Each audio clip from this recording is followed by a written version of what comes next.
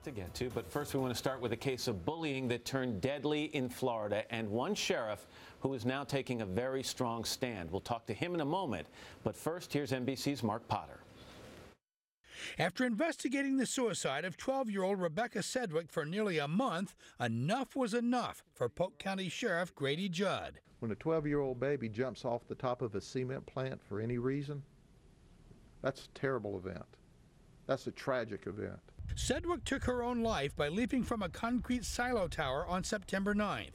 During their investigation, authorities discovered she was the victim of relentless bullying by other middle school girls, both physically and on the internet. There were statements such as, you should, drink bleach and die. Nobody likes you. But the breaking point for authorities came this week after one of the alleged bullies posted a Facebook message with no remorse. The absolute thought that she could have contributed to the death of that child, and then here's what she has, I don't give a. It was then the sheriff decided to arrest two girls, a 12-year-old and the 14-year-old who allegedly wrote the Facebook message. Both are charged with aggravated stalking of a minor. Relatives of the girls say they don't believe the accusations, and because the girls are juveniles, NBC News will not identify them. I miss you.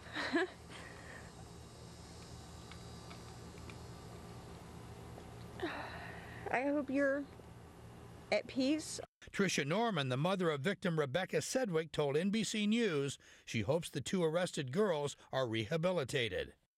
Justice for me would these girls change their lives and how they treat people. This weekend would have been Rebecca's 13th birthday. For today, Mark Potter, NBC News, Miami. Grady Judd is the sheriff of Polk County. Sheriff Judd, good morning. Good to have you with us. Good morning, Matt. It's good to be here. Thank you. By your own admission, your office was still very much in the investigation phase of this case, and yet you moved ahead very quickly to arrest these two young ladies. Why? Well, on Saturday morning, the 14-year-old did something that was despicable on top of what she already did that was terrible, and that was a post she put on Facebook. And that post said, I know Rebecca's dead, and I don't care. And the words were much more graphic than that, or the letters were. So we looked at that and said, she doesn't get this at all. So I talked to my detectives and supervisors on Monday afternoon, and I said, do you have enough of the case put together so we can go ahead and arrest them? And they said, absolutely. But was it out of outrage over that comment, or was it out of a fear that this young lady might be out there taunting and bullying other students? Matt, it was both. We were going to arrest them anyway, but we were trying to put the entire case together. And as you know, we're having trouble getting information from Kick and Ask FM because they're offshore. So it was taking some time.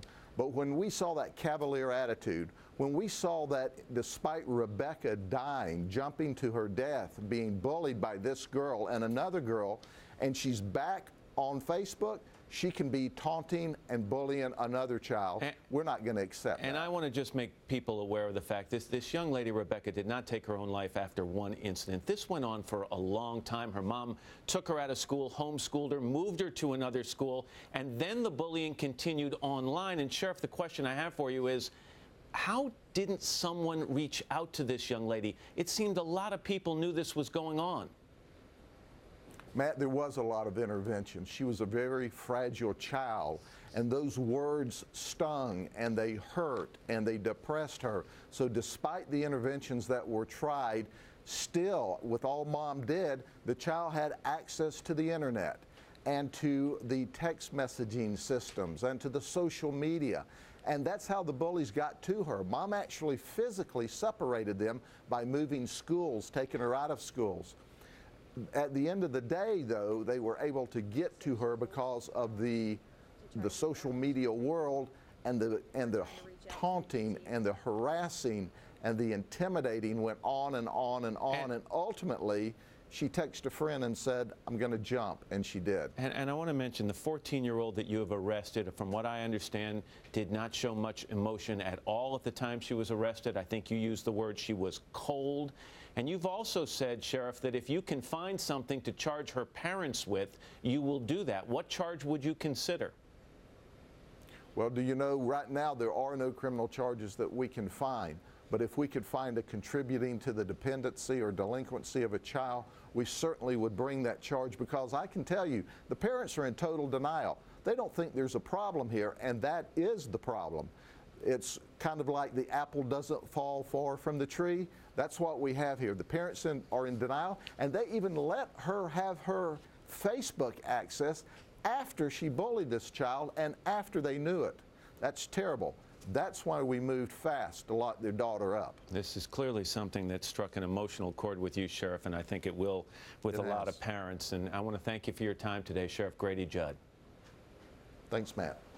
It's tragic, obviously. I hope it's a story that people share with their kids. Yes. You know, Right. I think I may show the story and the interview with the sheriff to my kids, just so they understand the ramifications of this. And I like that he's taking a stand, saying enough is enough. And it is a wake-up call for parents. Just like if you serve alcohol at a party and somebody gets injured, maybe there has to be some sort of laws. You may be liable put into as this. well for that. Exactly. All right, strange turn, but how about a check of the weather? All right, let's give you